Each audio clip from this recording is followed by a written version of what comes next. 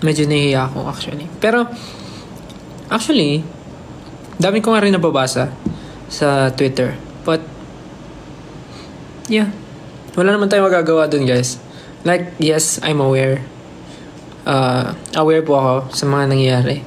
And, don't worry po, hindi po ako, hindi naman po ako na-offend or hindi naman po ako nasasaktan sa kung ano man yung nabasa ko or anything. Like, don't worry po, wala po akong reaction. Kasi, unang-una hindi ko naman makokontrol yung masasabi ng tao about doon. So, ba't pa po ako magpapastress? Yeah, but honestly, wala talaga. Wala talaga. Like, nung may nabasa lang akong something. Actually, isang tao lang naman yun. So, bakit naman tayo magpapa-apekto? Pero, ayun nga. Just to clarify things lang. Kasi ang dami ko rin may mga nabasa ko na sobrang concern na wag daw muna ako gumamit ng app, ng X, ng Twitter. Pero for me, okay lang naman kung ano yung mabasa ko doon. Kasi unang-una nga, wala naman talaga akong magagawa sa kung ano yung tingin nila, sa kung ano yung gusto nila sabihin. Kasi unang-una sa lahat, sila yon. And wala naman tayong magagawa sa kanila. Kung supporter siya or basher siya, wala na tayong control doon. Basta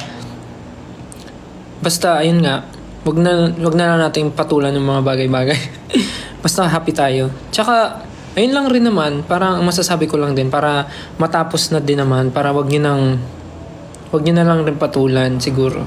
Kasi, kahit sino naman na nasa ganong posisyon, syempre, gagawin mo yung best mo kasi ayaw mong maka-offend ng tao. And syempre, parang, yung nandun, parang, pinagawa sa'yo yun. So, ano nga naman gawin ko siyang half-baked, di ba?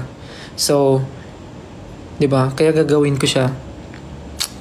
Tsaka ganun din naman eh. Kahit anong gawin ko, may masasabi yung tao.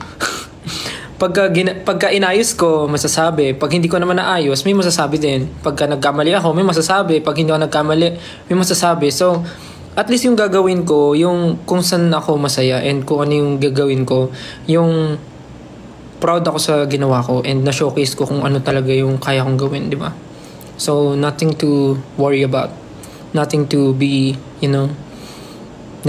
negative sa nangyari.